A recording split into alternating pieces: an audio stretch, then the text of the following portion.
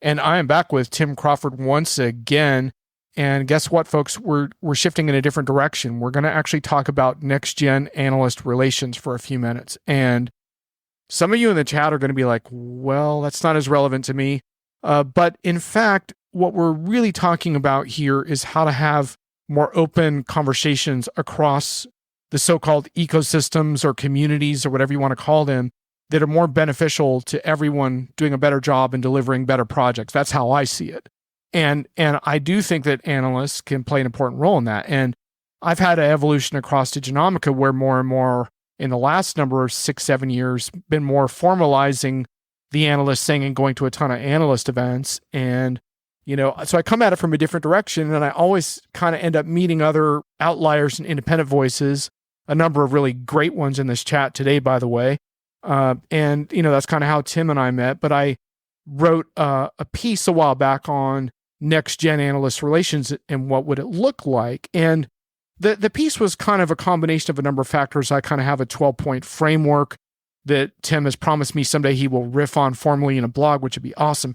But in the meantime, I think the piece kind of struck a chord because you were planning a very similar type of post, I think, in some ways. And perhaps what you and I have in common in all of that are a couple things. I mean, I think one core thing about my post was that we seem to lose track of the fact that aren't we really trying to serve the customer?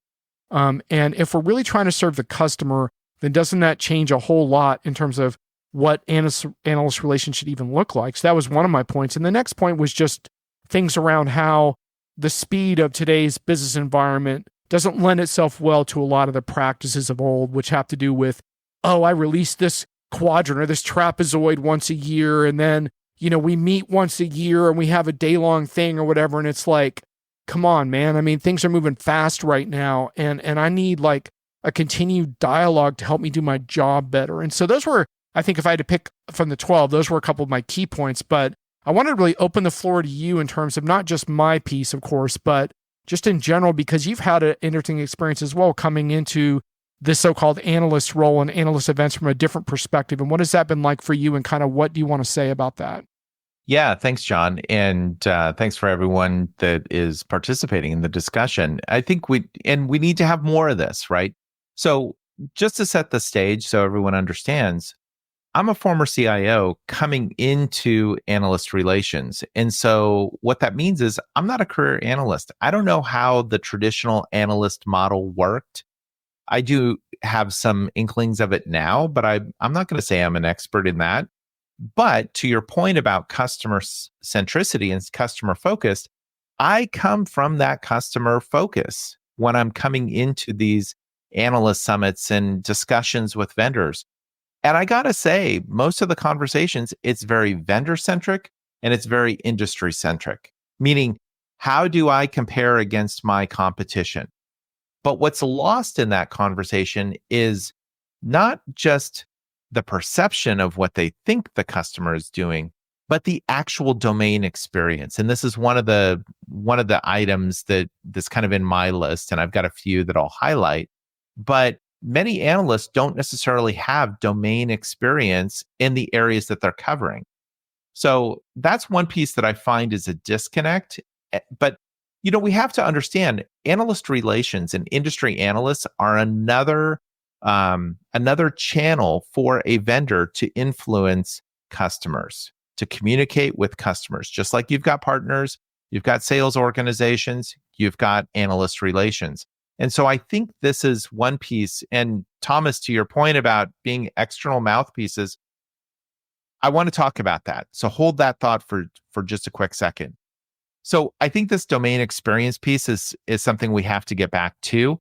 The other piece is we've spent a lot of time focusing on specific verticals, right? You've got analysts that I focus on this particular technology, but customers aren't looking for this particular technology anymore.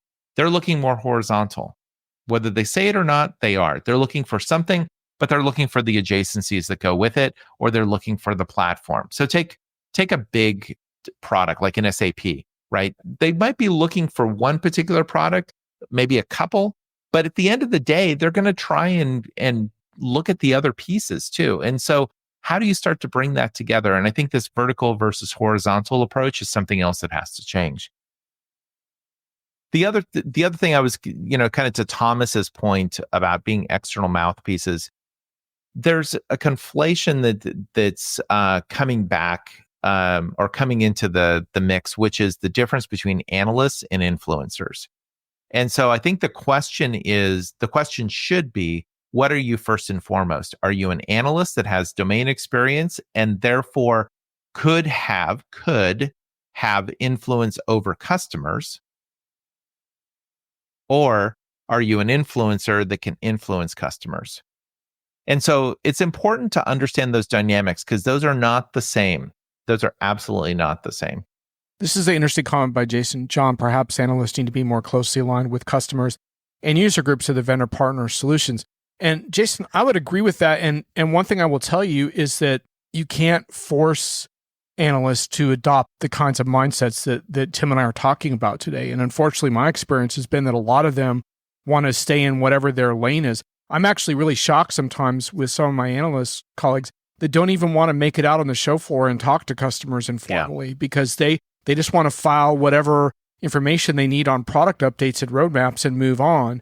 But I will tell you that I've gotten frustrated with vendors on this point because I've written a lot of articles around this topic. And one of the things I keep pushing vendors on is, why aren't you much more creative in terms of these kinds of interactions? So for example, a lot of vendors have VIP customer events that are also aligned with these conferences, and like mix these groups up. Like they have things to say to each other. They enjoy talking to each other. Like, why don't we make more of these connections? And so there's just a real difference in philosophy sometimes, but I will tell you that I seek out user groups and seek out customer interactions. And I'm sure, Tim, you do, and you also have that in your client work as well. But if I didn't have that, I don't feel I could do my job credibly, but not everyone agrees with that. No, I'll double down on it. Absolutely. And this is the reason why, 50% of the work I do is with customers. 50% is working with customers, predominantly the CIO. That's because having been a former CIO, having worked with those folks, I'm also a member of the Wall Street Journal CIO Network and a number of other CIO roundtables around the country. I will tell you that is an incredibly deep and rich source of information around the CIO. Now, there are some other dynamics, so don't like put on your Christmas list or holiday list that you want to get invited to those, because unless you've been a CIO, it's hard to get into those. But your point is still accurate, which is, how do I start to get more engaged with customers? And you should actually be pressing vendors at these events to set up those one-on-ones with customers. Right. Hear it firsthand from them. I'll give you a good example. There was a customer, I'm going to leave the vendor out of the mix. There was a customer that went on the main stage. This is a major customer. Every single person listening to this has heard of this company. Every single one, I guarantee you. Even my mother knows this company. So the customer gets up on stage and says, "We are all in with this vendor." Great. That's good. I meet with them one-on-one afterwards, and I'm having a conversation. And what it came down to, and I was pressing on that, like, what does that really mean, all in? Like, does that mean like the product that you're producing to your customers? Does it mean your internal IT? Like, help me unpack that a bit. And what it came down to was the actual technology that they're using to monitor their products and services that customers engage with them on, that is all in with that particular vendor. They had no plans whatsoever to move any of their IT systems to that vendor. To me, that's not all in, right? Now, that's not to say that it's bad in terms of the strategy of that customer, right, but it's important to understand the dynamics and the reasons why. And the why is incredibly powerful, but most people don't double click to figure that out. We got some really important comments in the chat I want to take a few minutes on. Josh says, "Hey Josh, thanks for putting off your trip. Hopefully you can leave soon. I continually remind AR folks who are too focused on their message that my job is to make their customer successful, not the vendor. Hopefully we have the same goals in mind, but not always, unfortunately." And Josh, I want to hit on this a little bit further, because I think one of the areas there that's really key is that customer success is a long game, not a short game. Yes. And so one thing that vendors really struggle with sometimes in these gatherings is acknowledging weak points and saying, you know what, you're right. You've pointed an area where we are weak. Let's benchmark this and note this. And next year, we're going to give you a progress report and show you what we've done better. And a lot of times at these gatherings, some of the most important things happen when folks like yourself, Tim, or Brian Summer did this at an event I was at recently, pulled someone aside and alerted them to a big issue that some customers were having around, in this case, something around cloud provisioning. I don't want to get too specific, but the point being, some of that success talk actually comes with a hard edge because it's about taking a tougher snapshot. So I wanted to call that out because it's not as simple all the time as just oh, we're going to be successful. Let's have a success conversation. Sometimes it's actually a hard conversation because you need to shore up a weakness in how you're delivering and fulfilling for customers. Yeah, I couldn't agree more. And let me give you two very quick examples. Number one, I had a CIO that approached me that wanted to, again, I'm going to leave the vendor out of the mix because it's frankly not important. It's the gist that's important. CIO reaches out to me. We're interested in this vendor's next gen product, but I kind of want to understand what's the maintenance involved with doing that? What am I going to experience? Can I connect with another CIO to have that conversation? I run it through the channels with the vendor. So reach out to the AR team. They run it through the channels. They're like, okay, we got to get sales involved. Totally get it. Totally understand that. Right. But they wanted the CIO to fill out basically a prospectus of tell us the size of your company. What's the market potential? What's the TAM of it? All of this other crap before they would even make the introduction. And of course, I told the executive, I know the CIO, they're going to just blow up and basically go tell you to pound sand, which is exactly what he did. And what I did then is I said, I went back to the vendor. And again, this is a household name. Went back to the vendor and I said, you know what? Screw you. You screwed this up. And I made the introduction directly between that CIO and a CIO that I knew was a customer of that vendor that could answer those questions. And they recognized that they had screwed up. And this was kind of their process run amok. So that's one example.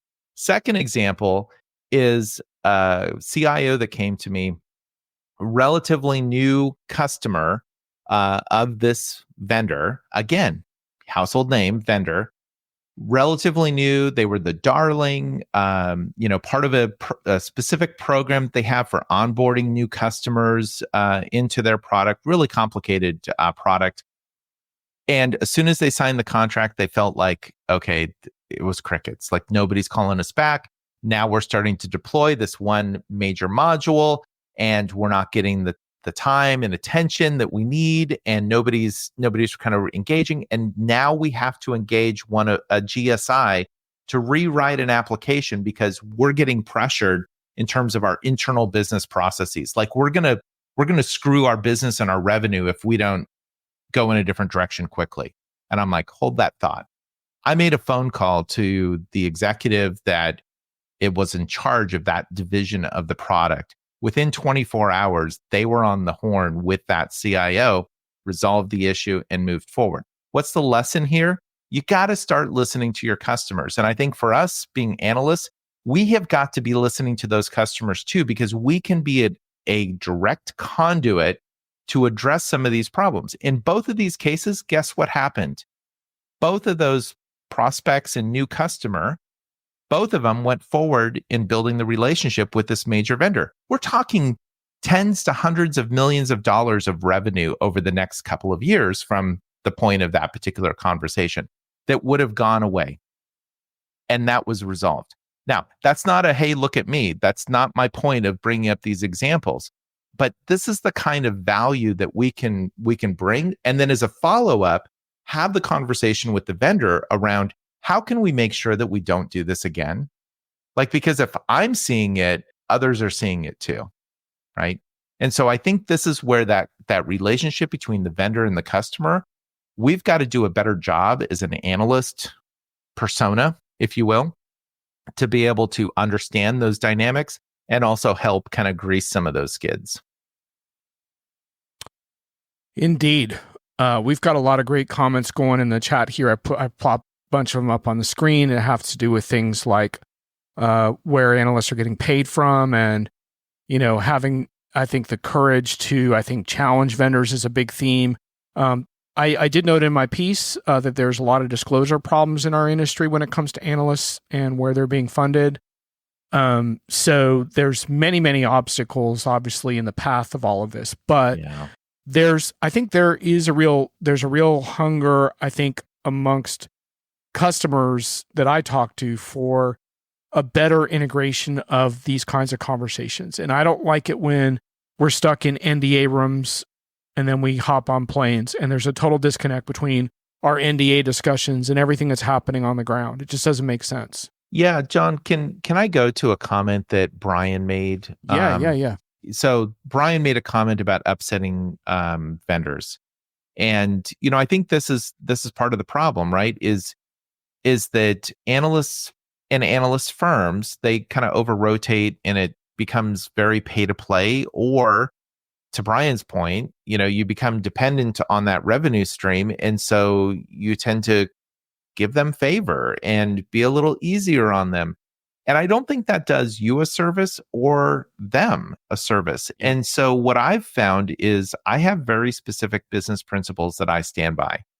And I'm going to tell a vendor exactly what they need to hear. They may not like it. They may not want to hear it, but I'm going to tell them. And what this has meant is there are some vendors that do not like to work with me because I'm not going to sit there and just put their messaging on blast and pump it out to my CIO network. I'm not going to do it because I don't believe that.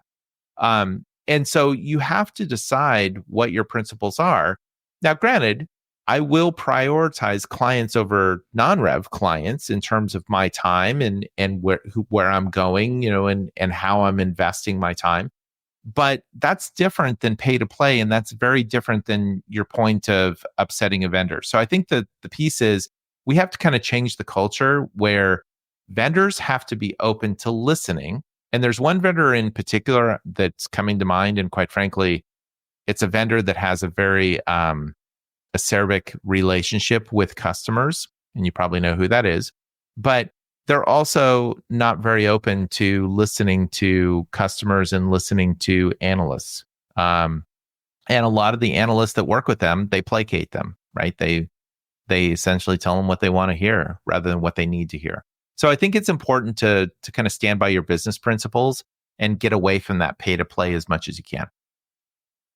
Indeed. And I don't accept the principle that because you're getting paid by a vendor that you should roll over for them. And agreed. And it's actually self-defeating because the vendor has to be successful in the long run. And so you're taking short-term paychecks, but you're losing ground in the long run because that vendor becomes more and more vulnerable the longer you become a mouthpiece for them and not challenge them. And God knows I've lost a lot of commercial relationships over the years for these reasons. And it is what it is. Like, life is too short.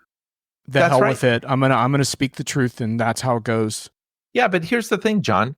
You sleep at night because you know what? You did the right thing. And if you're doing it for the benefit of the customer first, and going back to the I think it was a comment that was made, or maybe it was a comment you had made, is if you are working for the customer first and foremost, which is what I do, I'm coming in with that CIO mentality, like that customer first mentality. If you're coming in with that perspective first and foremost, the vendor is going to appreciate that. They're going to gain value from that, and you're going to orient yourself in the right way. And if you run across a vendor that doesn't appreciate that, well, guess what? That's not a great relationship to have in the first place. So maybe that's not one that you should be taking their money. So no, it is not. I would focus on those folks that are really interested in the customer perspective. And I'll be honest, in the relatively short period of time that I've been doing this, again, I'm not a career analyst, but in the short time that I've been doing this, one of the things that I have discovered is over time, more vendors are interested in that perspective, and they're becoming more open to hearing what they need to hear, not what they want to hear. Let's hope so, because I still have memories of past hangovers from slide deck overdose. I still have a record, I think 150 slides covered in 1 hour, because this whole thing has implications for whether it's a one-way relationship or a two-way dialogue and all of that, which I get into on my piece in Next Gen Analyst Relations. We're going to, and you can search that on Diginomica. And like I said, Tim is planning to respond to that piece at some point. Yes. I wanted to hit on, there's a bunch of great comments. Thanks all of you. Tracy, I think that functional domain expertise is what's missing with a lot of analysts and consultants for that matter. Yep. I think that's a really, really important point, that when you see that value, it's often coming from that deeper place, right? That's really authentic, right? Which is why it's like certain people in this chat, when they raise their hand, I know they've been doing this for a long time, and that's going to come out in the question they're about to ask. And like for you, if you're going to ask a question, it's like, okay, Tim's asking a question. I better stop checking my email during the slide deck and listen to what Tim has to say, because it's going to be good, because he's going to talk about what CIOs care about or what customers care about. So I think that domain thing is important. Yeah. No, I completely agree. I mean, another way to gauge that is how much time are you spending with customers versus the vendors? And, it was Brian commented on this, right? Analysts that only cover vendors that have a material economic relationship with a given analyst firm or even a given vendor, like they only work with a couple of vendors. I mean, they're going to be biased, right? And so I think that's the other piece. I'm not saying that they have to be biased, but it makes it harder for them not to be biased. And so I do think that it's important to understand kind of, again, what are your principles? Who is it that you're ultimately trying to help? And I strongly believe if you help the customer, that will in turn help the vendor.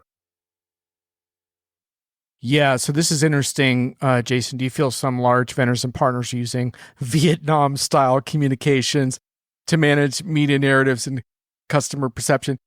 Jason, I'm going to rephrase your question a little bit as to attempt to manage, or perhaps in the futile attempt to manage.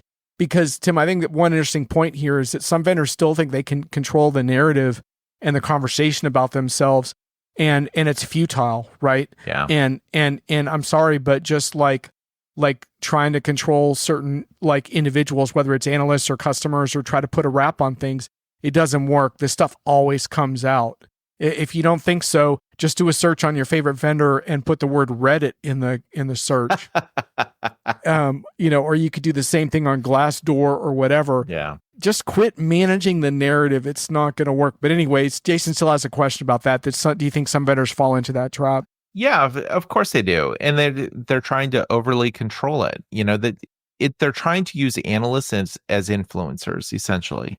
Right. And they want to control the message. They want to control what gets out and what doesn't get out. And the problem with that is that, yes, there are analysts that do that as well as influencers that do that. I don't think that's good. I don't think it's healthy.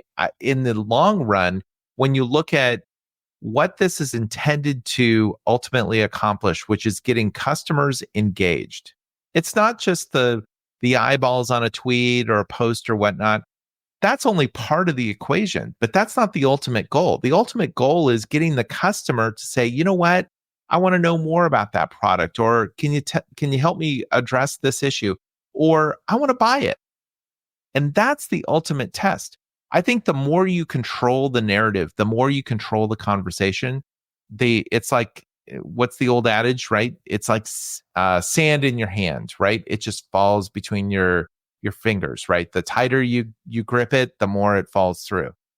And so the other piece to that question is the more experience you have with customers. So take me, for example. I have a significant amount of experience and ongoing engagement with customers.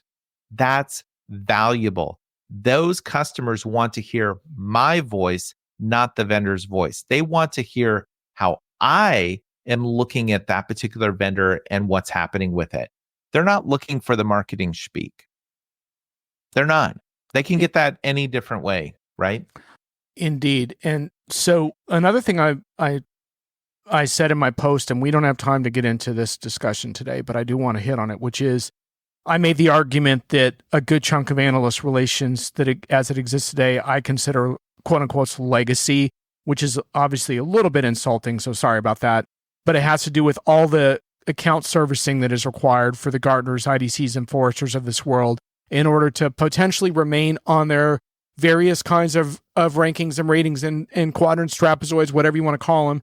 And that I view that model as somewhat archaic and problematic and non-transparent. And I get trouble when I hear people say, I don't know if I should have them as a client or not, because I don't want this to affect how I appear and stuff like that. It's very confusing for them.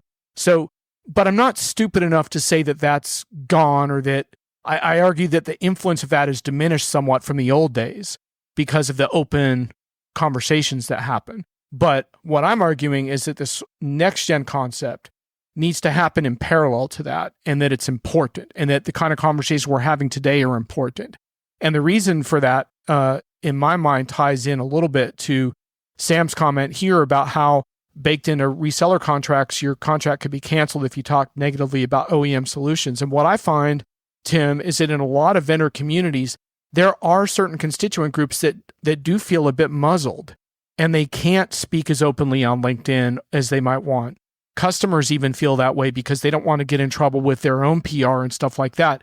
And so that's why I think it's so important to have vocal folks, not just analysts, but anyone who is in the community who can be outspoken. And I've seen that from people that work at big analyst firms also. So I'm not saying that there's some amazing people that work for those firms that are quite vocal in some of our conversations that we have. But the point is, we need that because some people in these ecosystems just don't have the platform to share what's really going on. Yeah. No, you're absolutely right. And I think the other dynamic there, and I'm not going to call out the individual analyst firms, because I mean, there are people there that they struggle. If I'm being kind, they struggle. And there are people there that I just have mad respect for individually. And so I think to your point, though, about each of these comparative grids and whatnot, one of the problems is it's not customer focused. And the methodologies that get used and the way that they approach it is, frankly, it's going too far afield. Like, some of the comparisons just make absolutely no sense. Absolutely no sense. I mean, from a customer standpoint. So, for example, why would you compare Google Cloud with Salesforce? Why?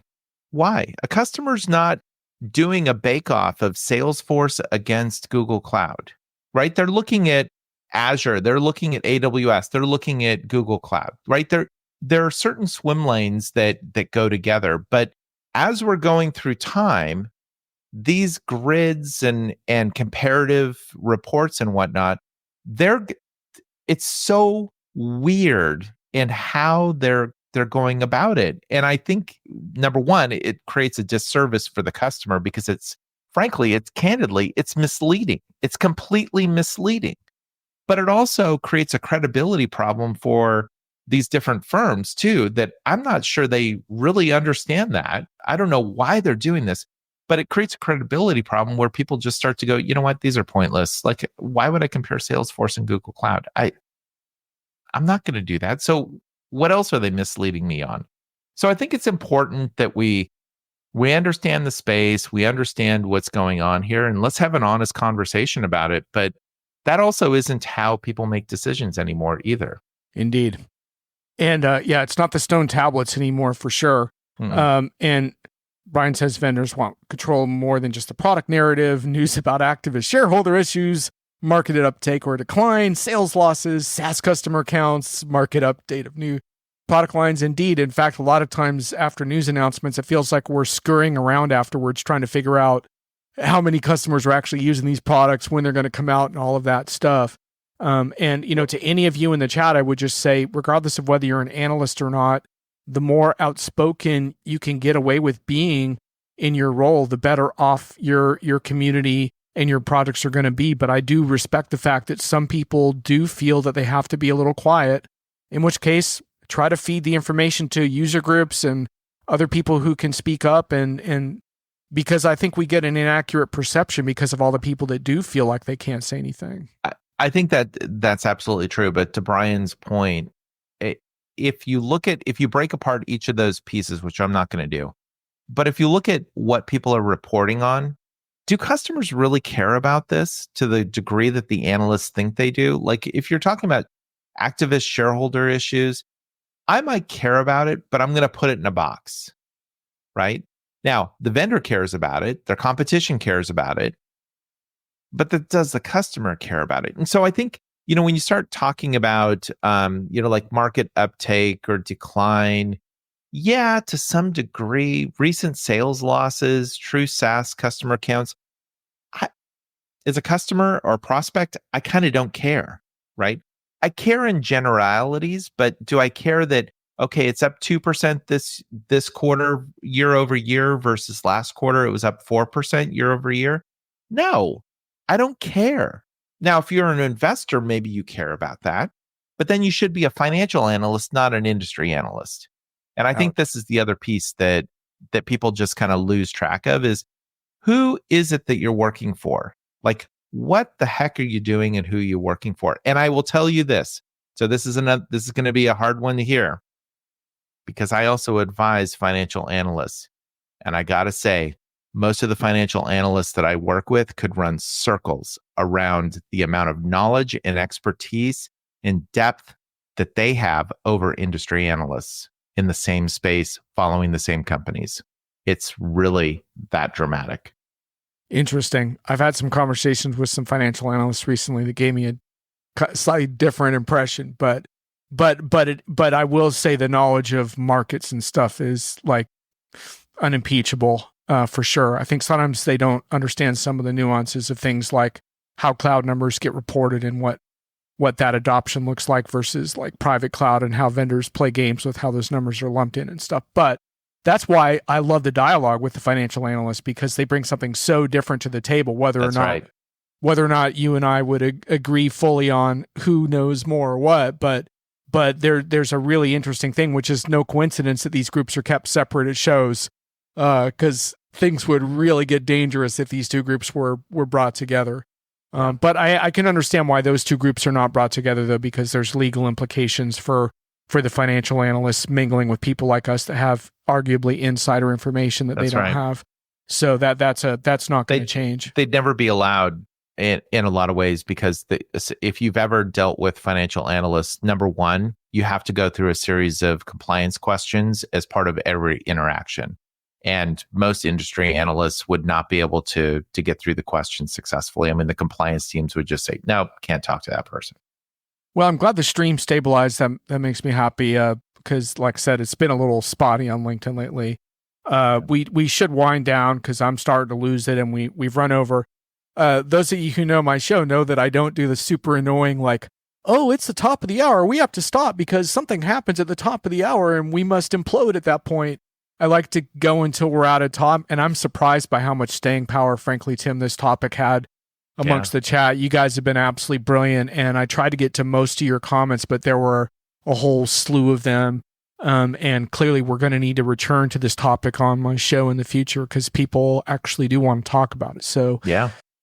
So did you have anything else? Because I know you had some different points on that next-gen topic. We've covered a lot of ground. I think probably the best thing to do is, after I finish my rebuttal to your post. I don't think it's a rebuttal. I think frankly, it's just building on what you've posted, and it's been a long time coming, quite frankly. But I do think we, as an industry, if you will, need to have these conversations. AR professionals need to have it. Industry analysts need to have it, right? So we need to figure out how to do a better job, because ultimately we are all serving the customer. Done. Full stop. Ooh, Jason says, bring you back, man. It sounds like some applause right there. Woo-hoo! Yeah, thanks, Jason. Actually, and the thing about it for my show is my show's like a little unhinged, but it's very particular. So the hardest thing is getting someone on the first time. Once they make it on the first time, it's a lot easier to bring them back. So I think we can do that, and I would definitely be glad. Private cloud is indeed an oxymoron, and that I've had a lot of interesting talks with financial analysts about that very thing. And yes, everyone's comments are a part of this show. That's one of the factors that I really believe in, is that the audience here knows way more than we do in a lot of these cases. So it's this group discussion, and I hope people enjoy that vibe. And I will try to keep that going, though I have a lot of travel coming up, so bear with me a little bit on these shows. But thanks a lot, Tim, for two excellent discussions, and yeah, I think this whole thing around this dialogue with vendors, I think, is really, really important. And for vendors who might feel that it's been a little overly critical, I just want to point out that a lot of my pieces argue for what to do about this problem and how to create formats that encourage the kind of dialogue and the customer-centric approach that we're describing. So I have put forth a lot of creative ideas. Only a few vendors have really taken me up on it, but I can tell you the ones that do are getting results. So I do want to say that those that take chances on more, like, I guess, engaging formats and more customer interactions and all that stuff, like, are getting some good results. But and there's another piece to that, John. I mean, let's be honest about this. There's also the conversations you can have publicly with them and privately. And so one thing that I have observed is the private conversations, they tend to be far more candid, and they agree with many of the things that you and I have talked about and touched on. Publicly, they have to kind of hedge that a little bit because maybe their senior person, or maybe they're just not on the same page yet. 100%. And that's a process, which is why I kind of describe that you can build towards this and notch wins over time. I'm not arguing for radical change overnight. I'm just saying that the water's warmer than you think, and people like Tim, myself, and a lot of people in the chat you see today are eager to help with that and get those views across. So definitely look at those comments in the chat. And Sam says you're the most honest and pragmatic CIO Sam was recently met. I'm getting that one plastered. So there you go. Thank you, Sam. Had a blast Very today. kind. Thanks for the fabulous chat, folks, and we'll catch you again soon.